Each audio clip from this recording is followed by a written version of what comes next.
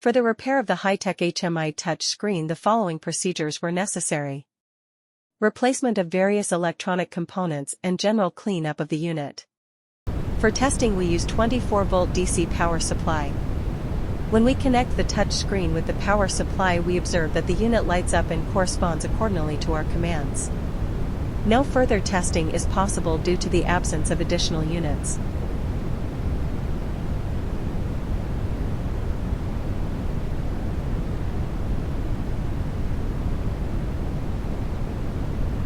It is now clear that the Hitech HMI touchscreen is working successfully and is ready to be delivered to the client.